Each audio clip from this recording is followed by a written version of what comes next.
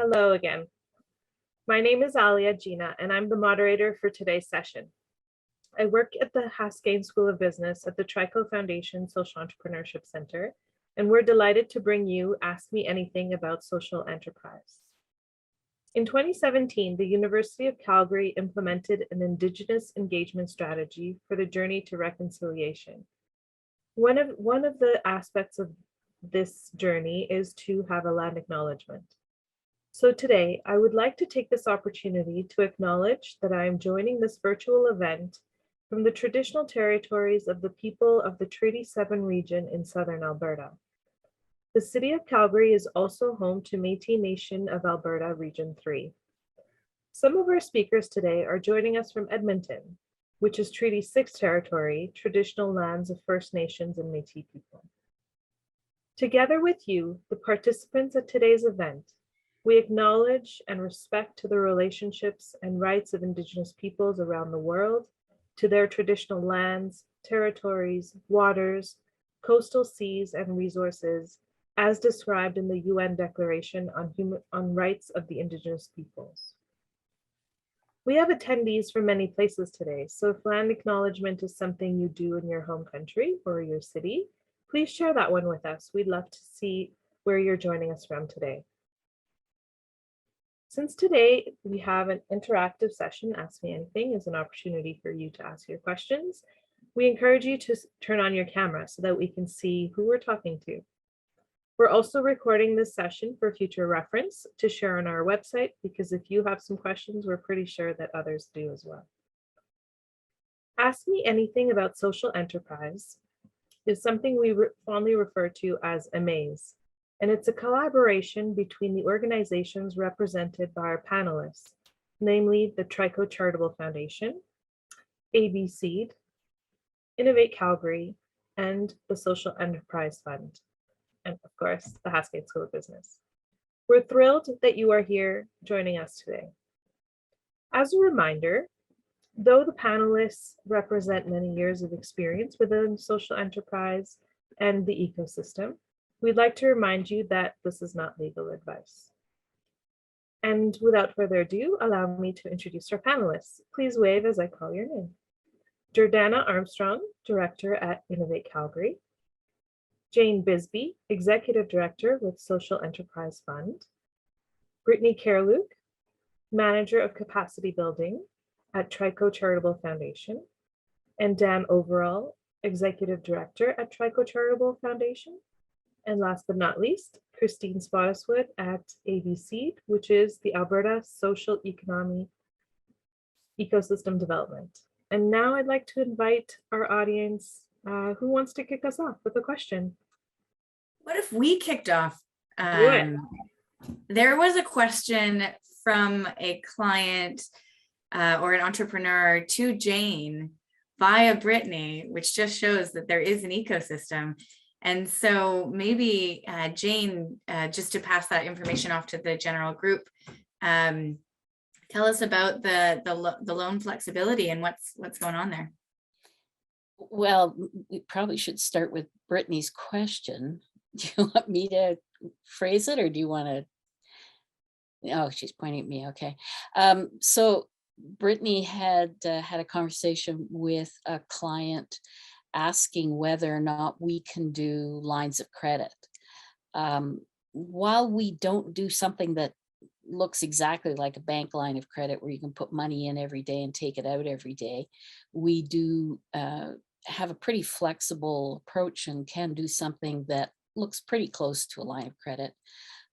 So our rules inside of the Social Enterprise Fund is to try not to have too many preconceptions about what the loan structure might look like. It helps if we can work with the borrower to figure out what makes the most sense.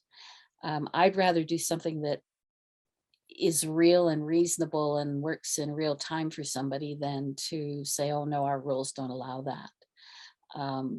You have to pay the money back in 3 years or we can't do it, when we all know that it might be 5 years that makes more sense.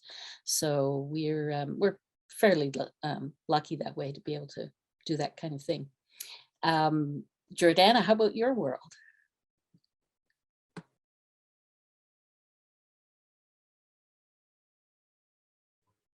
That was, yeah, I was just kicking it off. Awkward silences at the end of a long day are hard for me. Yeah, Jane, so similar and different.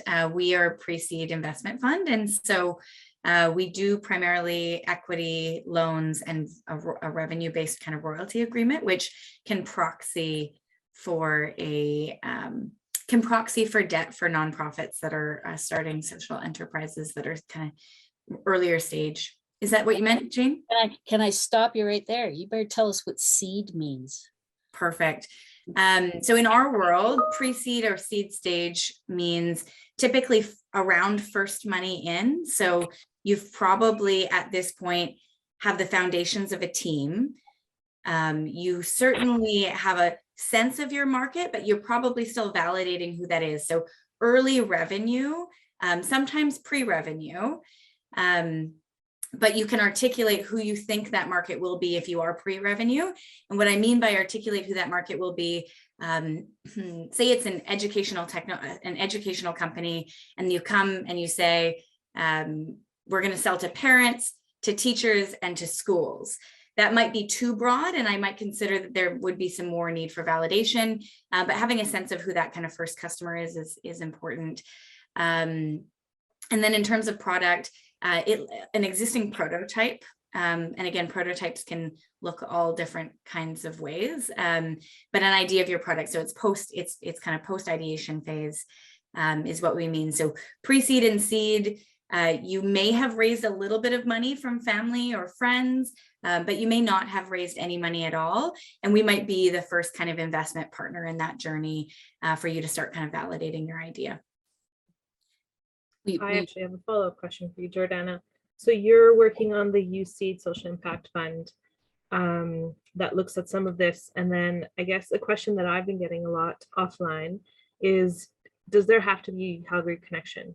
Can you elaborate on that for us, please?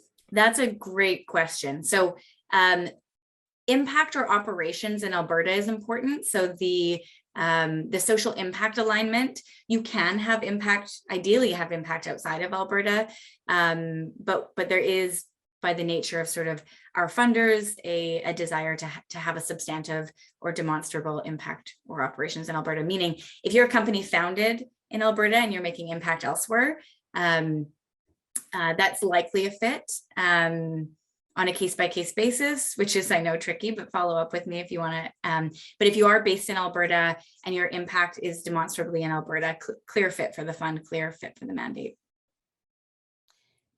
Kevin's got his hand up, and also there's a great question. I was about to get to Kevin, but just wanted to allow Jordana to finish. So Kevin, please ask your question. Well, thank you. I just want to thank everybody. And I felt that I didn't want Jordana to sit in the awkward silence any longer. So I thought I'll take the plunge. But I'm not even from Alberta. I was born in Calgary. Does that count for anything? Probably not. I'm based in Waterloo, Ontario. And my question is, we operate a social enterprise that is registered as a for-profit, a Canadian federally incorporated.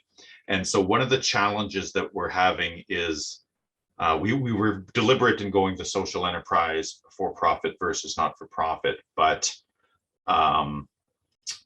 we knew we were cutting ourselves off from some funding opportunities at the beginning, and I guess we're trying to figure out how to make up for that, and that the revenue that we thought we would be getting to kind of take us on the entrepreneur route hasn't happened as quickly as we'd like, because we started basically 3 months before the pandemic. So, I guess the question is, we're still trying to figure out how to best work with not-for-profits or charities, but it's tricky because we're all about collaboration. But I have to say that some of the systems don't match the vision of social enterprise as we embrace it. And so, any tips on how to work till everybody else catches up, if that makes some sense? Thank you. Can I have a couple of clarifying questions? just to understand, who's your customer base? Is it the nonprofits that you're working with, or? It can be. So we work specifically on menstrual equity. So broadly speaking, what our financial customer that we hope to be would be private companies, school boards, municipalities, any organization really that has washrooms. But we're targeting those first. Not-for-profits could be customers for programming, because we could support perhaps work they do in that narrow field. So gender equity broadly, for instance, we could help with the menstrual equity piece.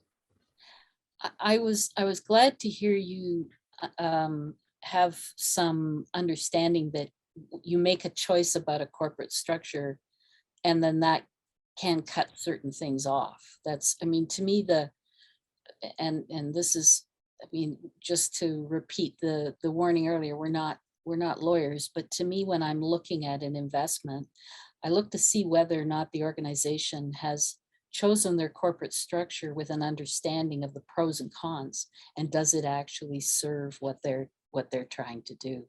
And that's the most important part to me, is to figure out. And sometimes customers will only want to deal with one kind of corporate structure or another. I think it's short-sighted, but that's just, you know, the way life is. We on purpose, we started out only investing in not-for-profit structures and cooperatives, and soon discovered that that was really limiting, in that it didn't allow for just those kinds of decisions on the part of the social purpose organization. And so we changed that rule. We're now corporate agnostic. We'll work with any corporate structure, but really look to see that the organization has thought about why it is the kind of organization it is, and that it's working within those parameters. So. And can I just clarify, Jane's talking about loans, right? So Yeah. rather than grants, because one of the things is, like, as a charitable foundation, we're limited in terms of working with charitable organizations. So it's different for every kind of type of money and every type of funder. So from your question, were you sort of thinking about partnering with charities? Like, I know Jane asked if they're your customer, but were you thinking about partnering them in terms of like intermediary agreements? Is that what you were kind of getting at? Well, we found ourselves sometimes funneled that way. It's really not, like I said, in the ideal world, I guess we hoped, I guess, society largely funding and included would be much more on board with the concept of social enterprise. Mm-hmm. It's going to get there, but it's in the meantime, in these years to get there. What we're finding sometimes is, there are grant opportunities that the grant is suitable, but our structure is not. Yeah. So yes, then we would look at that. But what I guess it does feel like we're always trying, when we go that route, it does start to feel like now we're putting a circle back into a square. Why are we really doing that? But then when we try to move back to the for-profit market, then we get very much back into financial metrics, which are important, but this is not an equity building this is not a wealth creation exercise for individuals or investors. This is a wealth, a problem solving social purpose, and the wealth that may come from that ultimately ought to go back to those communities that we're serving. So that's not a very exciting pitch for investors. They kind of don't like to talk anymore at that point. So that's where it's, I guess I find I'm unattractive to all. It's like high school all over again for me, but anyways.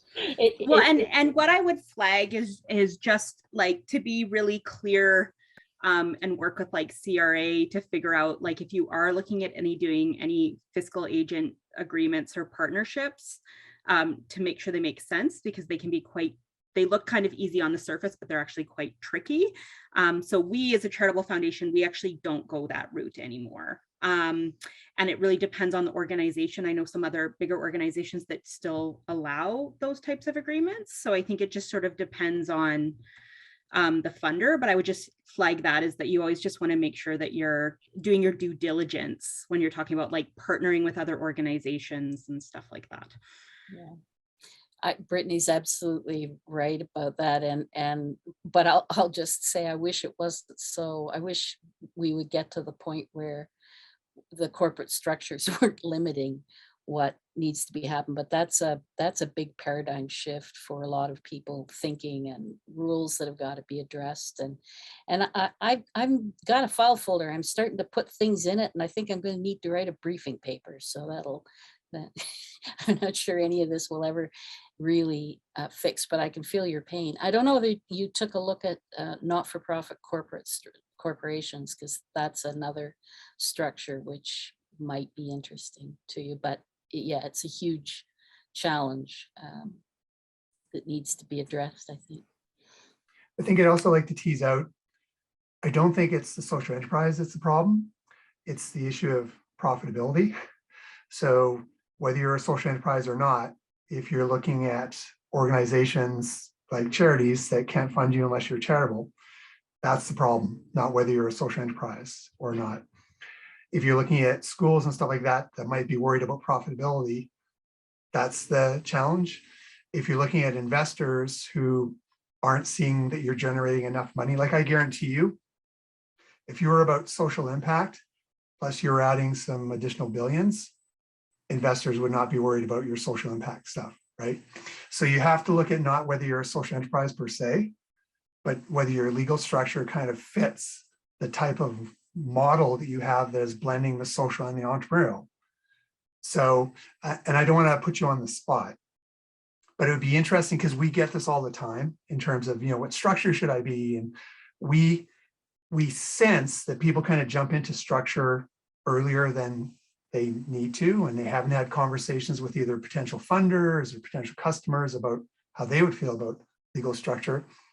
What kind of pushed you to decide to go for profit at the time that you did, if you're comfortable talking about that? And if you're not, and the only reason I'm again wanting to dig a little bit deeper is we find a lot of potential social entrepreneurs struggle with, when do I declare what the structure is going to be? We typically find it's form follows function. So like zero in on like your function and then let that kind of dictate your form. But yeah, again, if you're open to describing a little bit your journey as to what prompted you to pick for profit and the timing of it, I think that would benefit a lot of the people that are on the webinar. Absolutely, and thank you. And I just want to recognize that I certainly don't want to take space from anybody that needs it. So feel free to cut me off. But having said that, yes. So the decision was made to go the for-profit route. There was two primarily. One was that is where my personal background is. So I do have experience in operating for-profit business, whereas I don't have that on the not-for-profit side. The broader picture reason that sometimes I think I struggle with how much I still sit with is what Jane was talking about, that my perhaps simplistic macro view of Canada's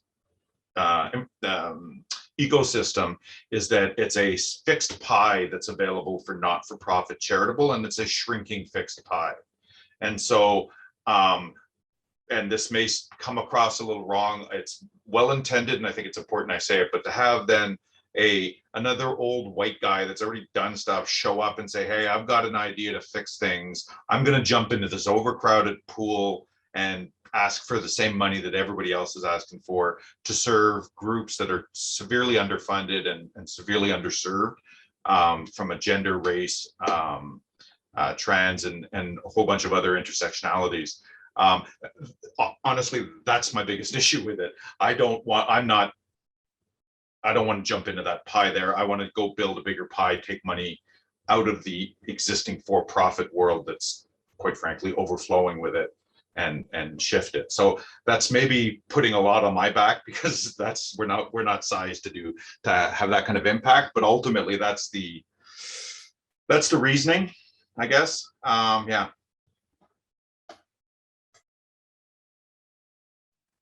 Thank you for that.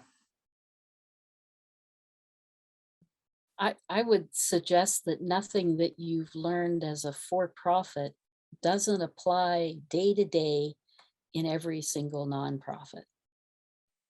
And to me, that's what social enterprise is all about. It's taking those tools of business best practice and applying them to entities that are trying to do good in community or trying to move the needle. And I think Dan's comments about people starting to worry about the form before they've really thought about the function is really absolutely bang on. You know, like nonprofits are just part of the economy too. Should all be, and they need business practices internally that are just as strong as any for-profit does. You know, more money has to come in than goes out, or you don't get anywhere.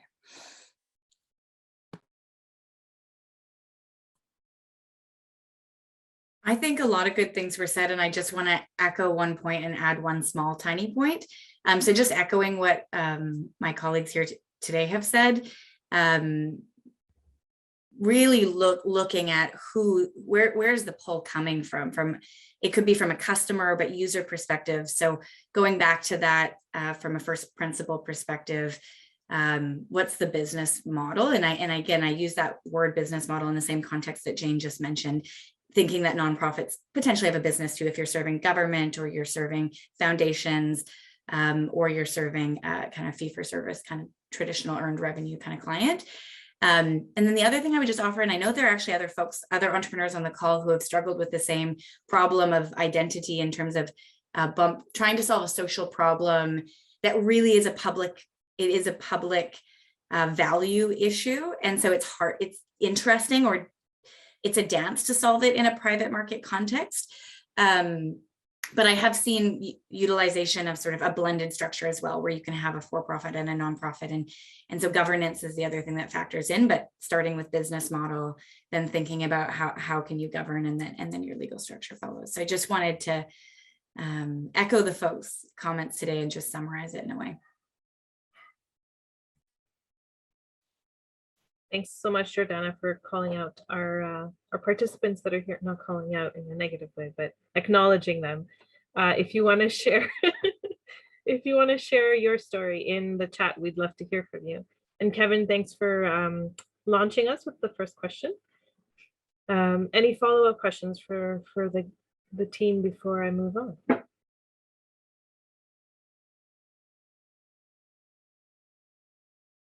Okay. So our next question was from Michelle DeLille. Michelle, ask your question, please. Good afternoon. Thank you for hosting this. This is awesome. Hi, Jordana.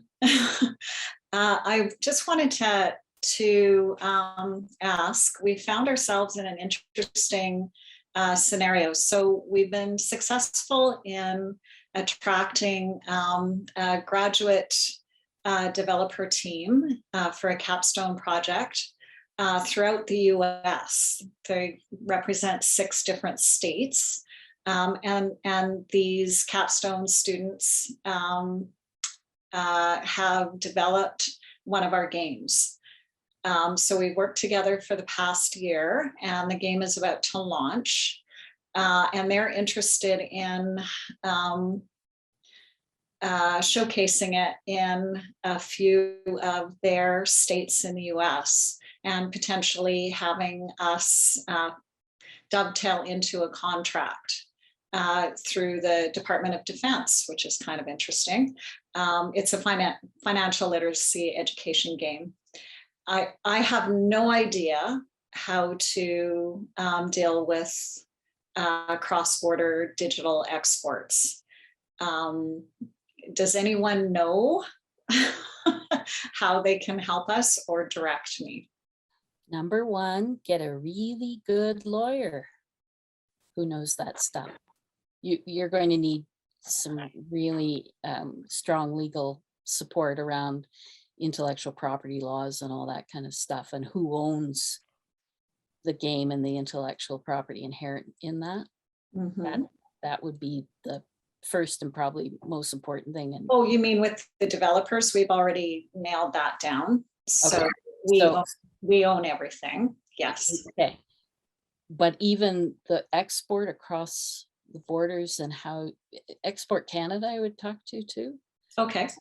They're smart people and they're actually quite friendly about helping Oh, that's good.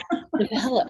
No, I'm only saying that half facetiously. I found them to be one of the more open federal departments in actually investing in new technologies or new businesses, which is kind of fascinating. Like they did it more than BDC did. They seem to have a more open approach, at least in my experience with clients that we've worked with. So, and I see Jordana nodding, so. That's hopefully fantastic. Yeah, and so that's probably the two places I would talk to first. Okay. And then I'd start looking at what's your market, who's actually is this going into schools? Is this an educational? So one of our target audiences is for health and wellness programs for corporations. And one of the developers on the team is actually an aerospace engineer doing a graduate program in software eng. And so he felt that it would be a really good fit for their junior airmen that they've just recruited to try and redirect them from financing the biggest car that they possibly can and going into debt before they make their first annual income. So that's why it's his job to procure the type of program that we are. So it's an embedded corporate wellness program. So just on the face of it, I would think you've got huge potential. And that makes me always excited and makes my stomach hurt slightly at the same time. That would be my feeling too, Jane. So it's maybe a plan about don't try to eat all the elephant at once. Yeah. But figure out bite-sized chunks. We did do in the before times, before COVID, we did do a research capstone research project through Haskayne, two of them actually, and then another one in Pittsburgh on the efficacy of our financial literacy games for a wellness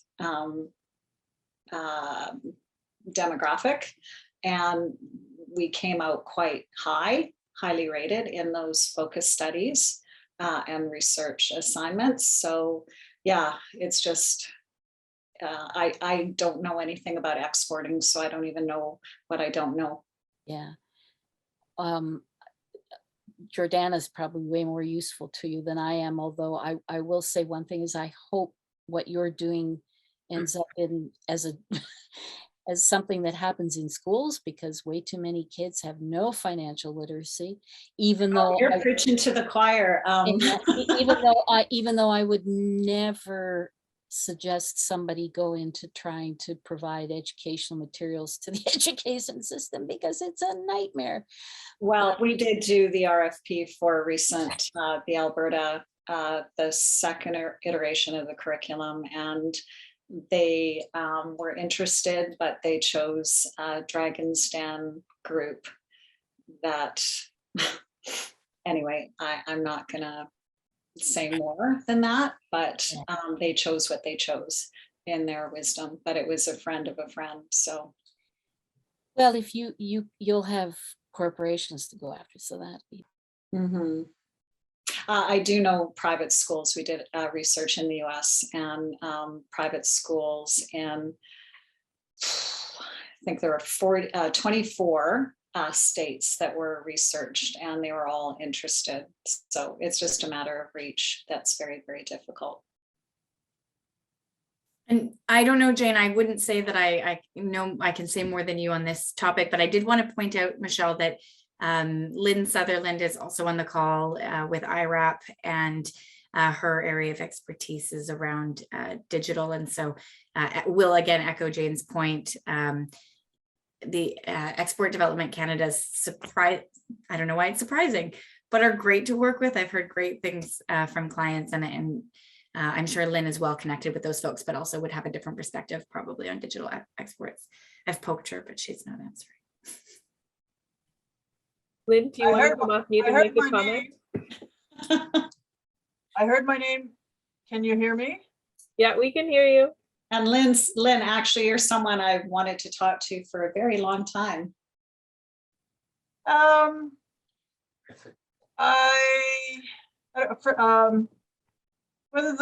don't know. I was listening, and the question or some of the comments were about using Export Development Canada.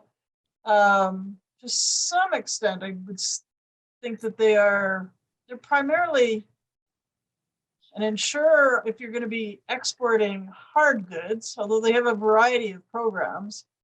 There is also sometimes the trade, if you're going into a specific area, sometimes trade commissioners can be good advisors.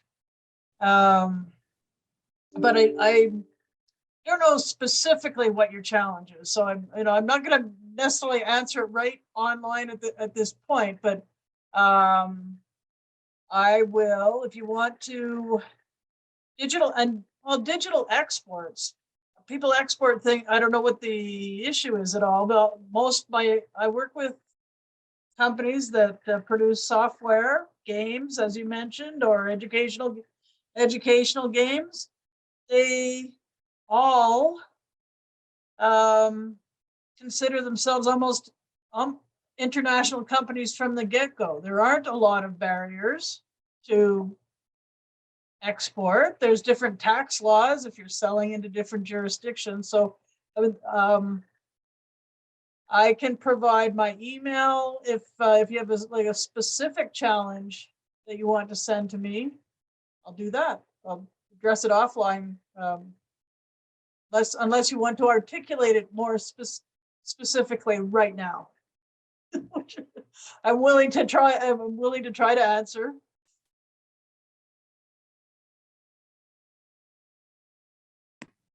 I think I'm unmuted now. Yeah, that's the part that I found confusing, is hard versus digital, and to determine what the potential pitfalls might be. I've looked into and am aware of the trademark differences. So unless something's changed pre and post, I'll just say it, Trump, I'm not sure. I know some of those laws had changed, but I think some of them have bounced back in terms of trademark law and free trade between Canada and the US. But yeah, I just don't know in terms of anything that I don't know. So if you have digital education software, some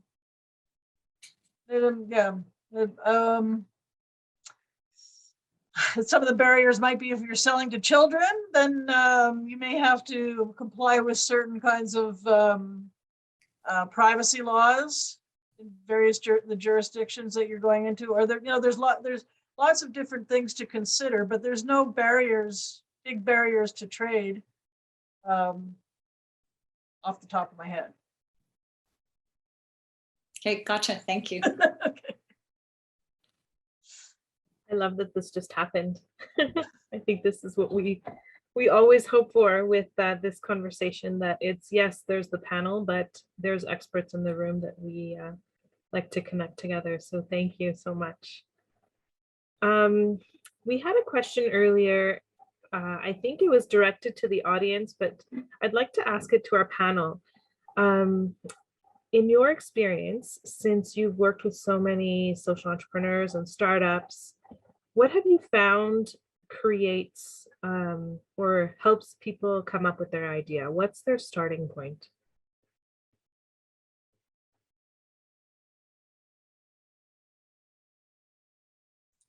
I think that's a big question because it really depends on the person. But one of the things that we work with organizations a lot is we usually work post ideation, so they already have their idea.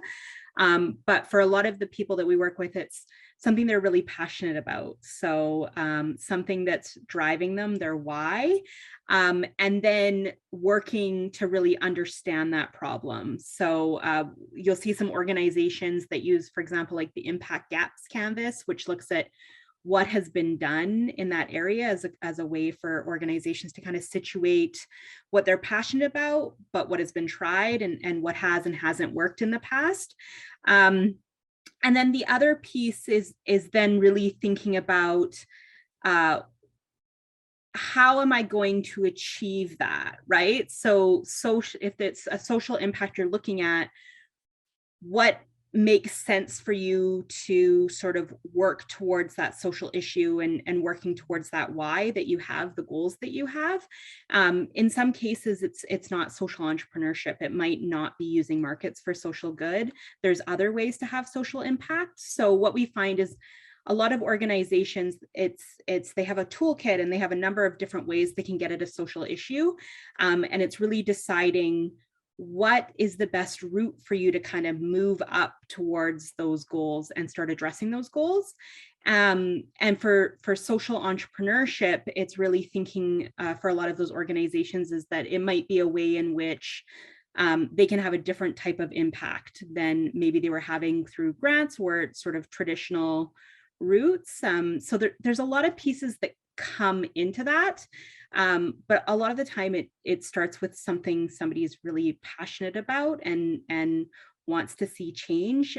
And at that stage, it's maybe something that is a pressure point for them or a sore spot. So that can be in the case of like a social issue, or it can be in the case of even a customer need as well. So what is really driving that conversation and that thing that somebody's excited about?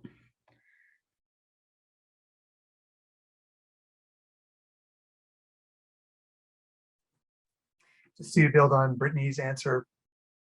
So at Trico Foundation, we've created some basic tools to kind of provide a basic inspiration for creativity when it comes to social entrepreneurship. So one is the 4 ways of social impact, and the other is the blender.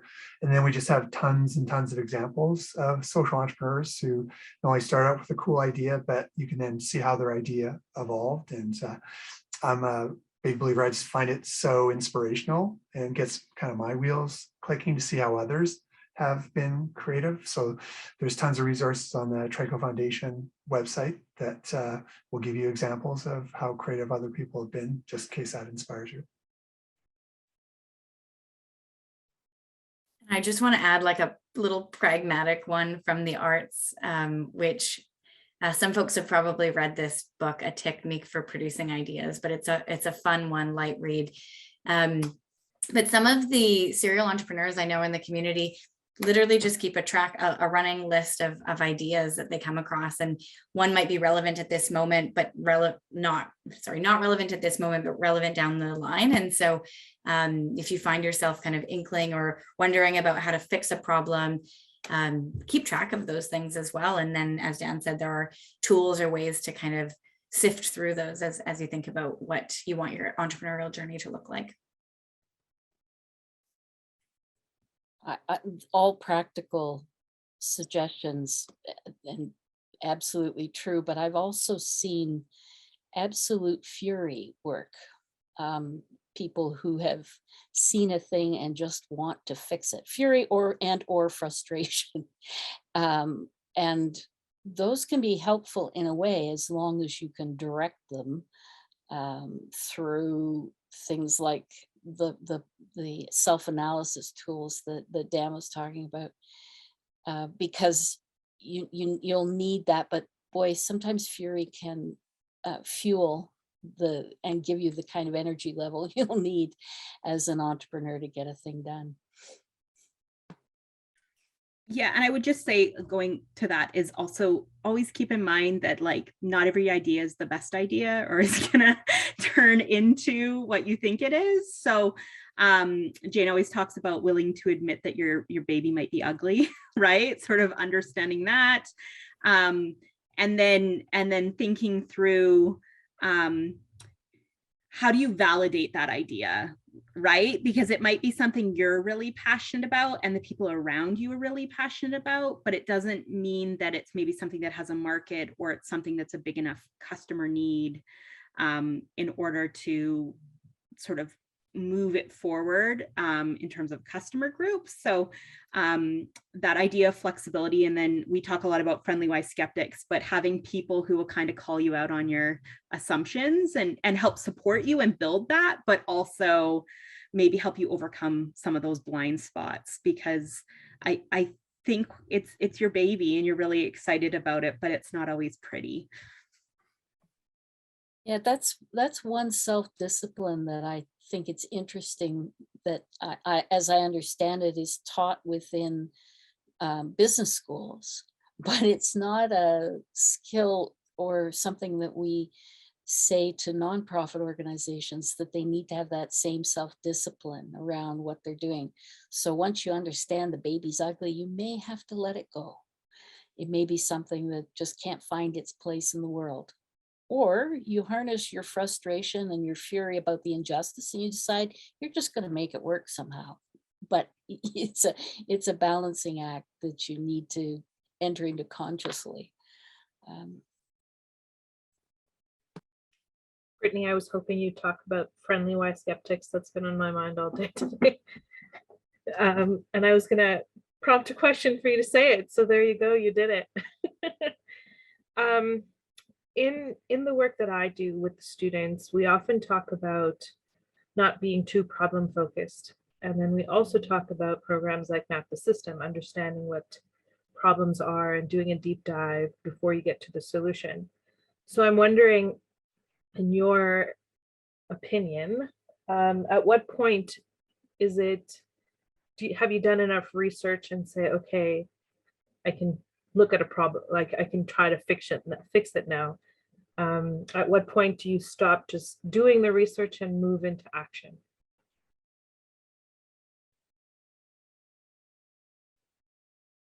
You never stop researching, you never stop testing the idea. The test may change, and as you're focusing down on what is the path that this business needs to take. But there's kind of no final aha moment when it just stops. But yeah, you can business plan a thing to death, I think. So. Well, and I want to add to that, right? Like, it's the paralysis of analysis. And at a certain point, you just have to go. But that doesn't mean you have to go forward in an unsafe way, right? It doesn't mean that you just have to go and spend $100,000 on something that you are not 100% sure about. I think that word around testing is really important. So really gaining an understanding of what are the killers within your business. What will, if you get this wrong, either you're not going to have the financial or the social impact and goal, you're not going to meet the goals that you've set for yourself, is really key. And that doesn't mean you're thinking 5 years down the line. It might be thinking about next week. If I get this wrong, it could stop my whole business. And so I think the key piece, one of the things we work with organizations a lot, is really understanding what are those key kind of indicators within your model, those key steps within your model that you can learn about in a safe way, and you can stay in an affordable loss zone. So if I do X, it's not going to kill my business, but at least I'll have learned whether I'm on the right track or not. So that idea of kind of like bite-sized pieces is really key, because there's a lot you can learn along the way, rather than just like jumping full in. And some entrepreneurs want to jump full in, but it's really about your risk tolerance and are you moving towards your goal in sort of the safest and most effective way, because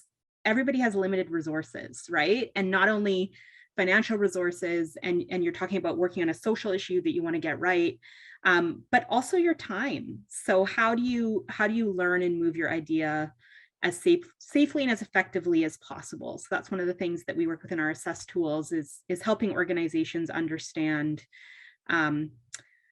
what bite-sized pieces can I learn to move my idea forward so that I'm better prepared? Because like, for example, if all of a sudden you have to hire 2 employees, that can be really scary unless you've done the legwork to really prove out the other pieces of your model and understand why it's not a scary thing. It's actually an exciting thing. So there's a lot you can do on your journey to move your idea forward while staying in a safe zone.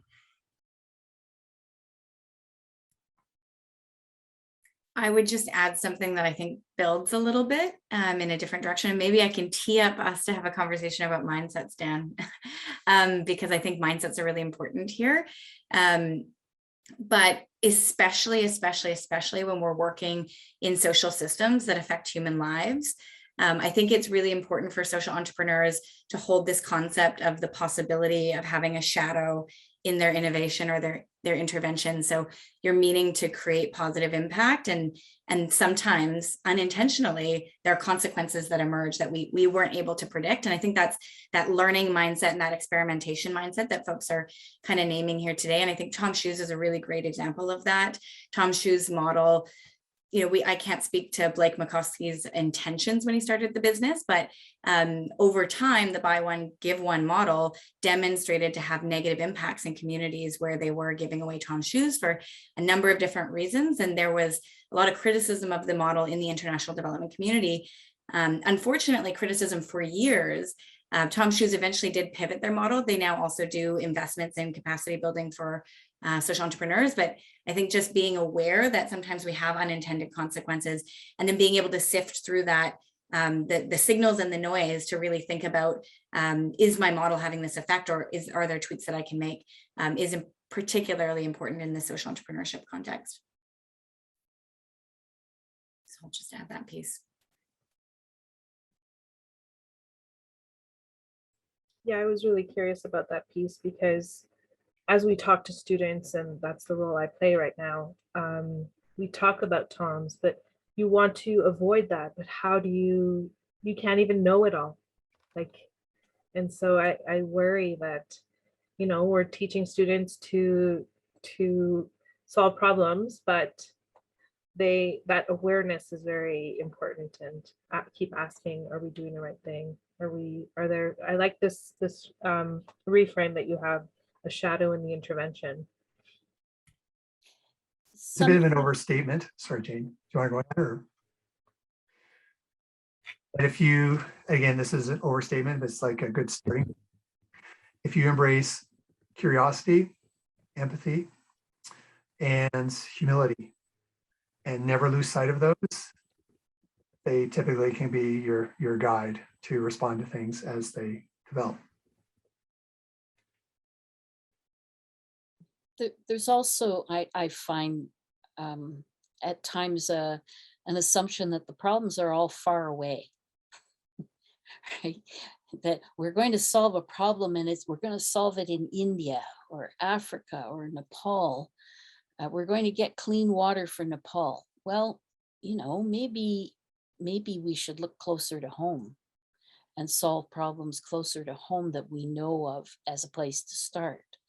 And that you may be able to get a better understanding of what that challenge is, and so avoid some of the unintended consequences. I don't want to discourage people from solving the globe's problems, but maybe it's a place to build and not think that all of the problems are far away. James, sorry, I'm going to take turns. You go, Dan. Sorry? You go ahead. Okay. One of the most powerful things I heard was, anytime you're thinking of solving a problem, ask yourself who asked you to solve that. And that's typically a very powerful guide. Dan often takes words from me, but I wasn't going to say it that articulately. So thank you, Dan. I was just going to offer a reframe, which is building on exactly that. I think it's problems that you can also grasp, agnostic to sort of where they are. But I was going to push back a little bit just to say, I do think most things that we do with impact, whether intended to be positive, local or not, I think may have shadows. And so just something to be aware of. And Dan, I love the mindset embracing of humility. And I think those pieces are valuable because humans make mistakes, but we've got to act at some point is basically what I'm hearing right now. The weird thing is the mistake may not even be yours. It's the rest of the ecosystem responding to the good you're doing that actually creates the shadow. So it could be a shadow created by you, could also be a shadow just in response to some of the dysfunctions that we have in the world. So interesting. I met some students recently, and one of them said they were in a program where they were instilled with this idea of not about us, without us. And I think that's such an excellent way, such a simple words, right? That kind of articulate exactly what you're saying, that you have to keep asking. And this idea of who asked you to solve that problem? Well, if you want to solve something, you have to ask them, do you really need that solved? Or is there something more pressing? On that note, I'd like to invite the audience. Is there a question like this conversation that we've just had? I think some of you might be toying with some ideas or problems that you're trying to solve. Is there something you'd like to share or ask a question about or elaborate on? How did you come to where you are? Either raise your hand or just come off mute.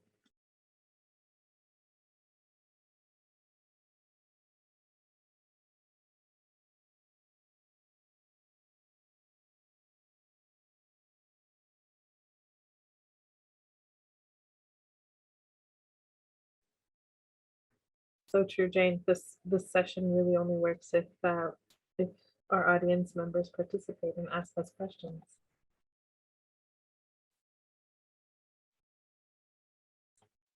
Well, I have another question then. So we've talked about organizations that are trying to solve things. Do we have examples of companies that have done things well that you use often as examples? So you use Tom's as example of, okay, realized a problem, we need to fix it. And we made a problem, we need to fix that. But who's doing it well?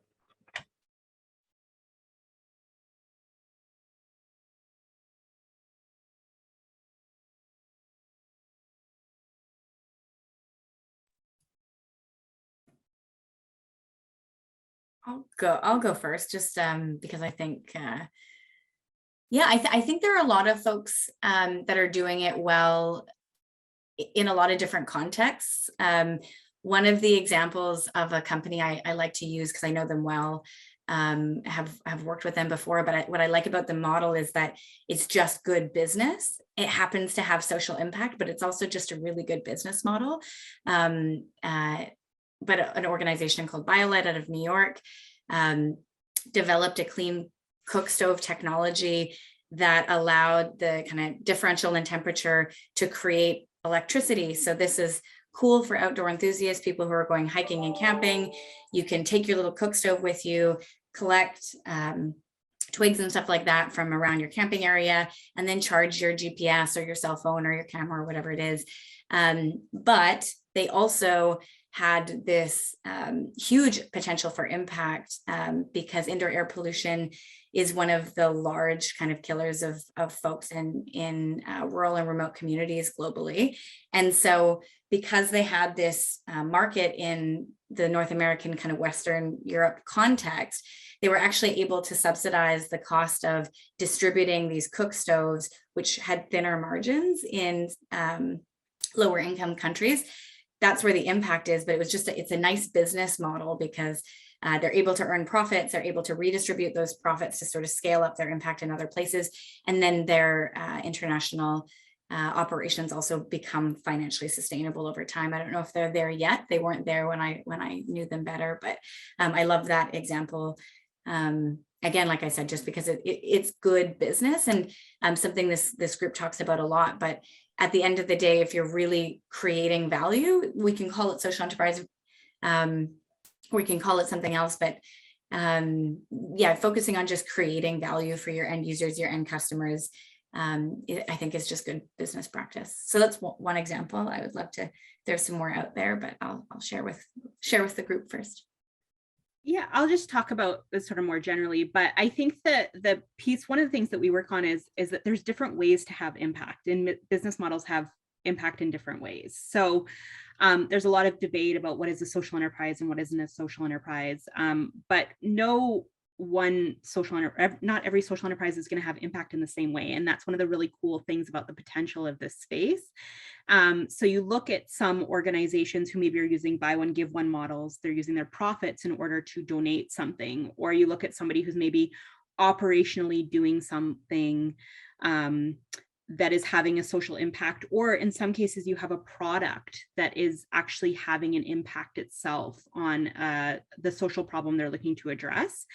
And I think what's really cool about this space and the potential of this space is that it's going to evolve and change. And so BioLite or whoever we're talking about, they don't go out doing everything and having this really exciting example. And in a lot of cases, they're passionate about something and they're trying to figure it out, right? And so things can evolve and change over time. And so looking at not only how an organization is having impact today, but also what are they looking towards and how are they working in the greater ecosystem of that social issue that they're looking to address is a really interesting space. And so in some cases, you might look at a social enterprise and be like, oh, I'm not quite sure about it. And then 5 years later, they're just doing something really, really cool that you don't know what's in their head. They're kind of going along with it as they go, right? And so I think that's a really cool thing about this space is that you don't have to hit every way of impact, but there's a lot of different possibilities of how you can have impact. And there's kind of room for everybody, which I think is really neat in this space.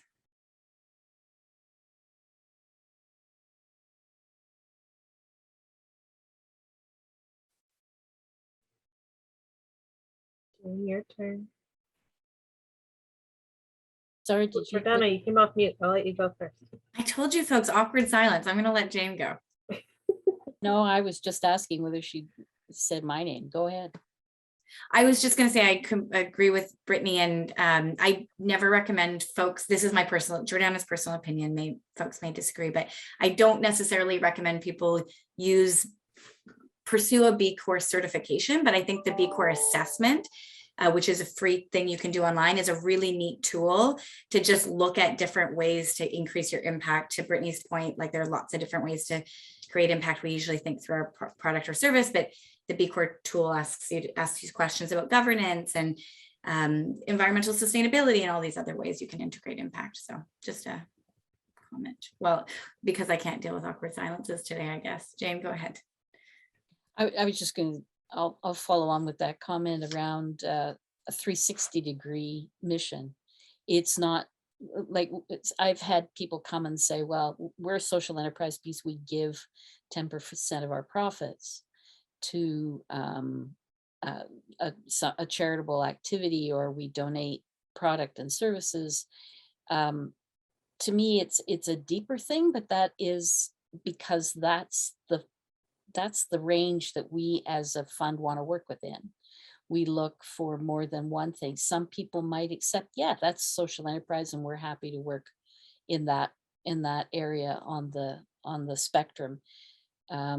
We tend to look for a whole bunch of ways that an entity is in community. How do you treat your employees? How do you work with supply chain?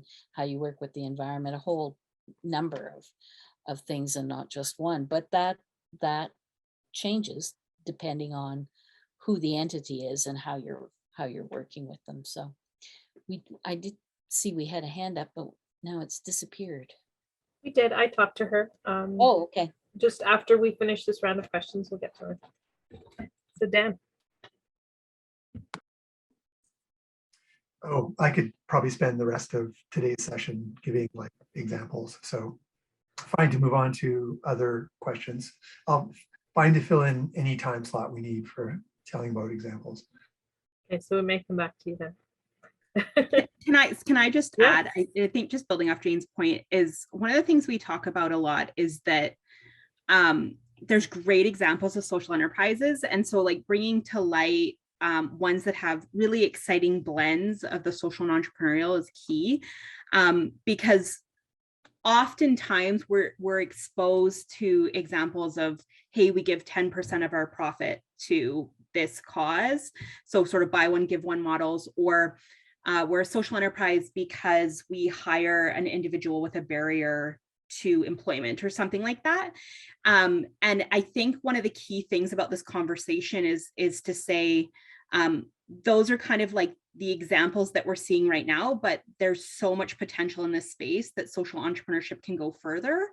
And I think that's a key thing. So some organizations start off with that, hey, we give 10% kind of thing, but that doesn't mean that's what they're going to be doing 5 years from now. And it doesn't mean that if they are doing it 5 years from now, it's a bad thing. So I think that sort of piece around how you bring the social and entrepreneurial together is so key. And then talking about examples of exciting social enterprises is key, because you can get really creative in this stuff and go directions that maybe other people wouldn't think of. So it's an evolving space, and it's definitely evolving in a lot of these organizations as well. Yeah, thank you so much.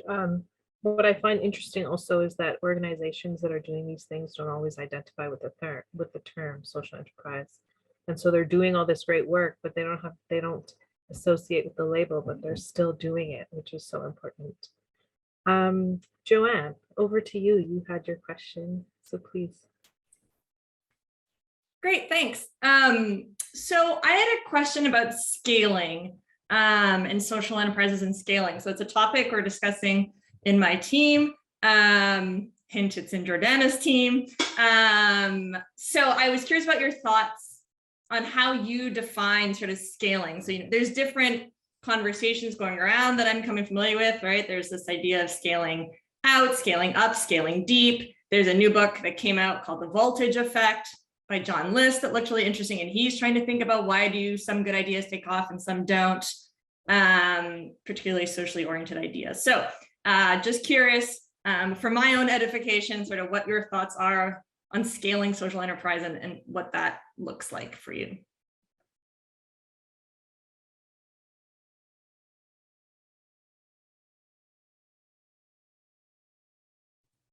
I'll just bring it back. It was so funny. I was talking to someone yesterday, and there can be, I think, a lot of pressure to scale, but also not really knowing what that looks like. And I think it just depends on your goals, right? Like, what are the goals that you've set out and the impact that you want to set out? If your impact is just local and that's all you want, that's cool, right? As long as you're achieving those goals. And I think sometimes scale is great if it's having this amazing social impact, and it's possible to, for example, if you're doing something really cool in Calgary and it's having this amazing social impact and it's transportable to Vancouver, that's great. But is it your goal, right? And I think that's like a really key thing.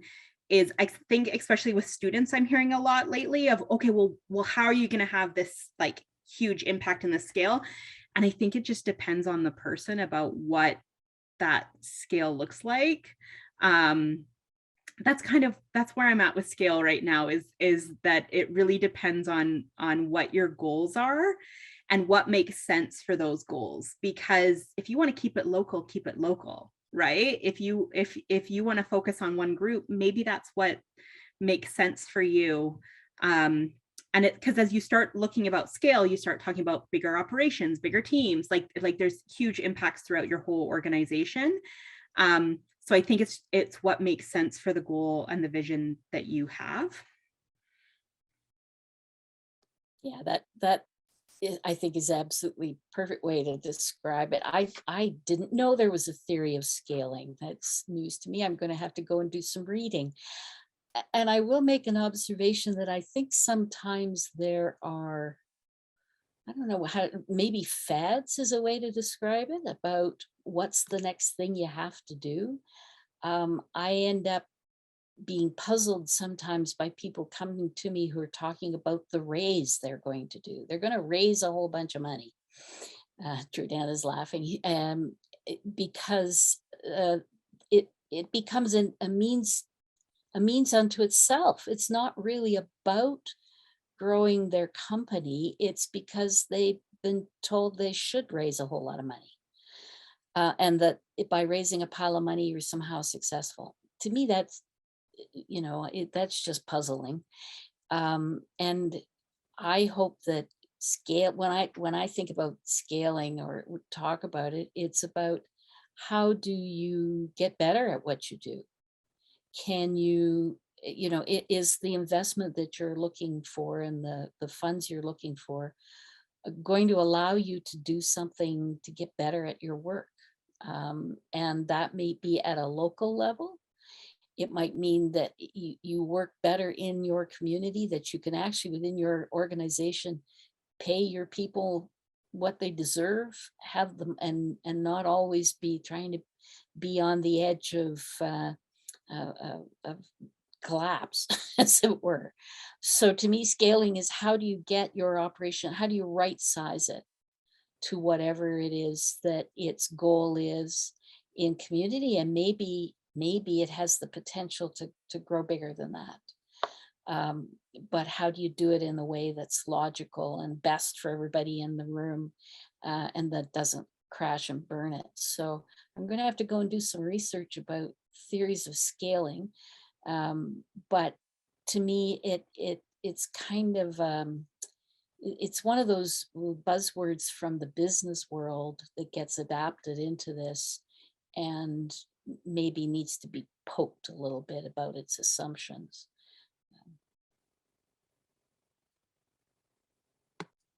And I'll just add on to that. I think the other piece is that when you're a social enterprise, you're trying to balance these two worlds, right? You're trying to balance the social and entrepreneurial, and the closer they are together and how interlinked they are, the easier that's going to be. But I remember YWCA Metro Vancouver had a really good example of this. We have a case study on them where what they do is they have rooms that are available to people in need in the hotel. So people who are experiencing homelessness, people who are fleeing situations they can't, unsafe situations, and they have shared rooms, right? So that they can house more individuals. And they were actually, because of their location, they were approached about changing those shared rooms into individual rooms when the Olympics came, because they could have made a ton of money. But for them then to say, hey, yes, financially we can make a ton of money, but is that what is core to our mission and what our goal is? No. So they decided not to go that route. And I think that that's like one of the things that you have to play when you start thinking about scale. And the other thing is if you're having this great social impact locally, and that's what you want, that doesn't mean that potentially there's not a partner that could take it somewhere else for you or could work with you on that too. And I think that's another really cool thing about social entrepreneurship is that you're all kind of working, or people are working towards a shared goal. And so there might be some more flexibility in terms of if the scale's not where you're headed, then maybe you can help impart that social impact through someone else, right?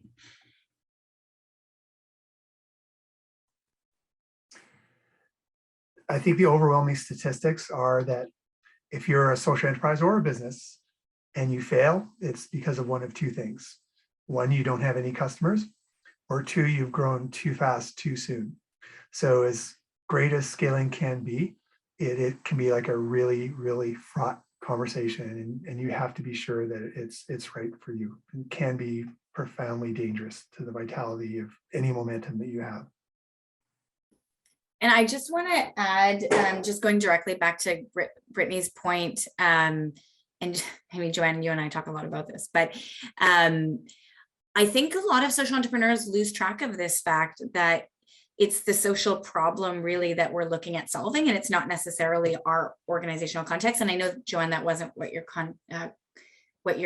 question was really directly pointing at, but it really disheartens me to see when social enterprises really look at other folks in their sector as competitors. Like I don't like to see that language when we're talking to folks, because if someone else is solving a different aspect of that problem, we would hope that that would be something you're celebrating if we're looking at kind of solving so complex social problems, because I can't think of a single social problem that could be solved through one business model, let alone business alone. And so I love that comment, Brittany, and it really made me think about sort of bringing back this notion of kind of collective impact, public good, and all of those pieces that are important to this conversation, and actually do distinguish it from the for-profit traditional world.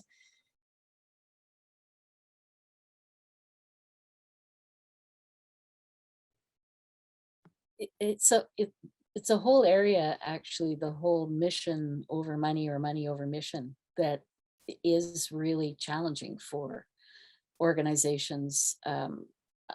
Early on, I remember seeing an example of a charitable organization that was working in providing support to underemployed people to try to help them, skills, capacity, all of that kind of thing.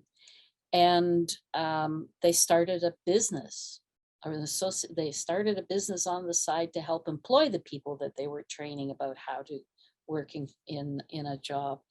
And the first time they had to fire one of their own clients, an unwed mother, it almost split that board apart, because they'd never actually considered the implications of, do we do what's good for maintaining the contract and the revenue stream in this business we've started, or do we stick to our mission? It's a very hard discussion, and something that people need to get their heads around early in the process about what's going to trump what. Is the mission going to always hold the forefront, or will the money? And it can be pretty heartrending sometimes. And I think that's one of the things that we work with organizations around our Blender Canvas, is really understanding what are those pressure points in your model.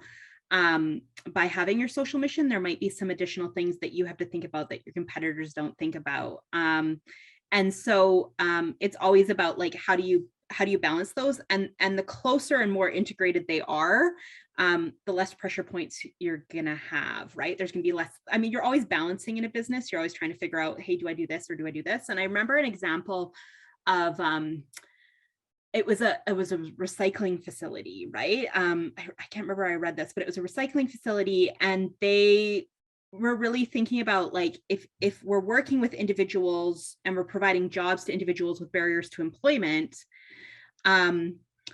that's our mission, but we could make a ton more money if we got the machines that do it for us, right? And I mean, that's a decision as well. So do we generate more revenue through these machines, or do we provide these jobs to these individuals? And that's something that organizations kind of have to struggle with to balance, right?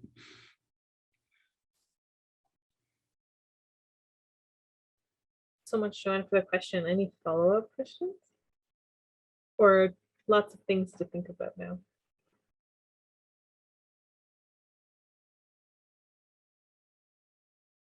So it looks like people want a book club, which is kind of interesting. We're always talking about so many books. I always wonder how people get through reading them and, assimilating all the information and then actioning it. Maybe I'll ask the panel, how do you do it? Dan sends me his notes. Yeah, I wait for Dan to tell us what. Yeah, exactly. Someday, maybe when I retire, I'll read all those books. Yeah, audiobooks while driving. I think my struggle with books is I always wanted to give it the right amount of attention. The Cole's Notes feels like I'm missing something. Does anyone else feel that way? That's why you need the Dan's notes. Yeah, fair. Yeah. Oh yeah, cool. Splitting up the chapters across the book club members is one way. I like that. Yeah, there's just my list of books keeps growing, and then I need more Post-its as we go through. Or we all just need them.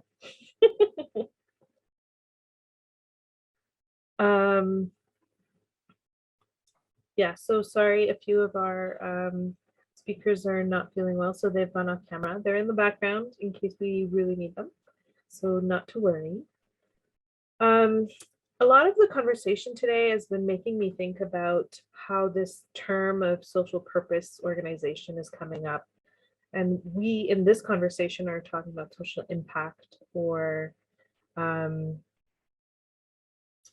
social innovation, not social innovation, social impact versus purpose. Do you, as panelists, see them as the same thing, interchangeable, or would you think they're kind of different things? Well, the term social purpose organization was actually coined by and adopted by the federal government, the ESDC. That's how they defined, because they couldn't come down on one definition of social enterprise that made everybody happy. So that's really where it started. And I started using it because it was kind of helpful across the board. Doesn't speak to a particular corporate structure or definition of social enterprise, which we all, there's about as million of those. I think everyone who's ever thought about working in social enterprise has a slightly different definition. So yeah, and I know, like, for example, there was like the Social Enterprise Guide of Canada back in the day, and it very much was nonprofit and charitable focused. So there are some sort of structural challenges, but I think, like, we as a foundation, we keep a pretty wide tent, which is you're using markets for social good. So designation or structure doesn't really matter. And as I said, there's different ways of impact under that. But like, ultimately, we don't sit and debate, are you a social enterprise? Are you not a social enterprise? What is the definition? Because definition's not that exciting. It's really about the potential of this space, and it's, are you using markets for social good? And there's different ways and creative ways and things you've maybe never even thought of, ways of going about that. And that's sort of the fun piece of the conversation, and really kind of where we try to focus the conversation around social enterprise, social purpose business, social entrepreneurship, social entrepreneur, right? Like all these different labels. Is it's really about like, at the end of the day, are using markets for social good, and then what potential exists in that space, and the different ways in which you can have impact.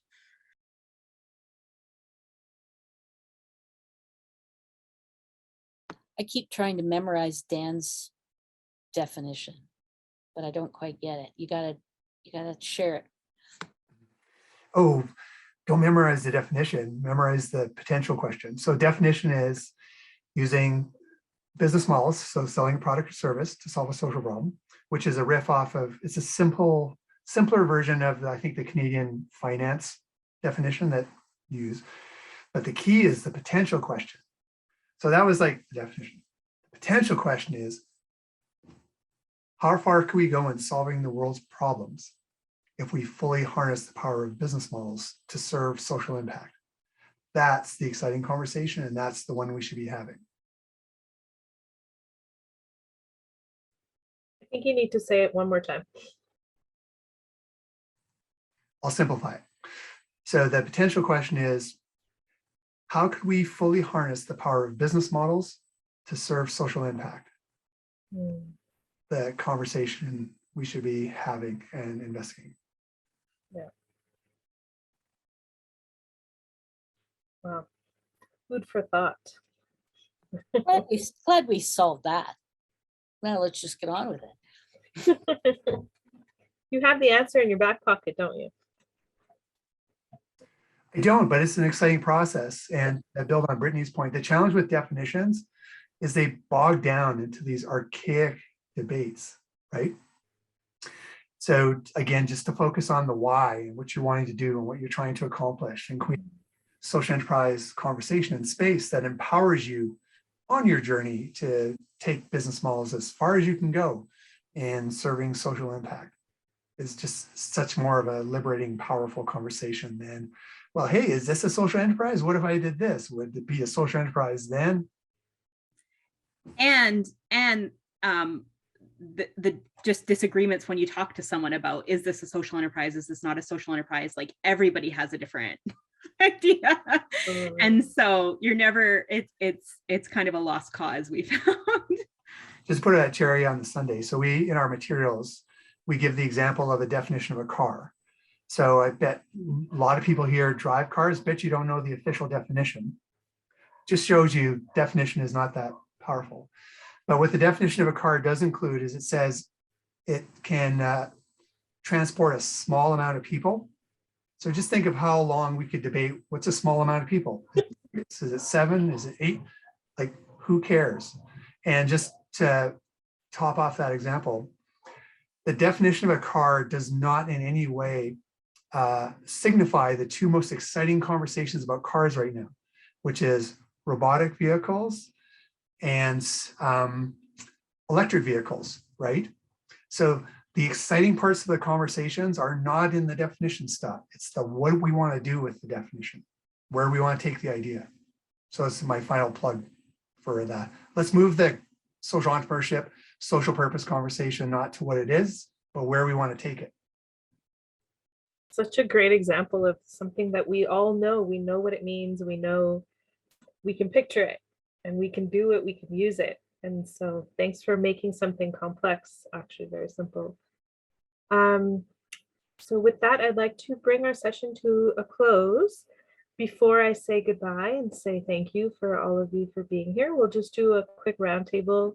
What are people up to? So Brittany, tell us what's on your plate, what's coming up, what's on your radar? Yeah, I'll just flag our assess tools that are available to anybody sort of exploring this space. So we talked a bit about definitions around social entrepreneurship and how the exciting conversations of potential. We talked about the Blender Canvas, the 4 Ways tool. Those are all available to anybody. We have a number of videos that are streamable. Watch them, see, you'll learn even more about the car example. And you know, talk about Lamborghinis and such, but it's available and there. So if it's something you want to dig deeper into, and then there's also some deeper dive tools. So I talked a lot about really understanding where you're going with your goals and your organization, and understanding that journey and how to sort of mitigate risk and move forward safely and as effectively as possible. So there's tools on things like that. So, oh, and Ali is ahead of me because I was going to throw the link in, but check that out and see if it's something that you're interested in diving into. Yeah, that's what we're working on. Great, thank you. Jane, over to you. What's on your plate or that you'd like to share? Just the ongoing stuff on my plate, but I want to make sure that people know about the Alberta Seed reconvening on the 10th of May in Red Deer. So hopefully Christine can give some details on that if she's there. Well, there it is. Thank you, Christine. Check the chat box if you guys don't have it open. There is the info. Yes. I was about to look for the link and then Christine put it there. So thank you, Christine. Dan. Brittany did a great job kind of covering everything. I'll just say that the end of the session was strangely therapeutic for me. So thank you all for letting that happen. Wonderful. Thank you so much for being here.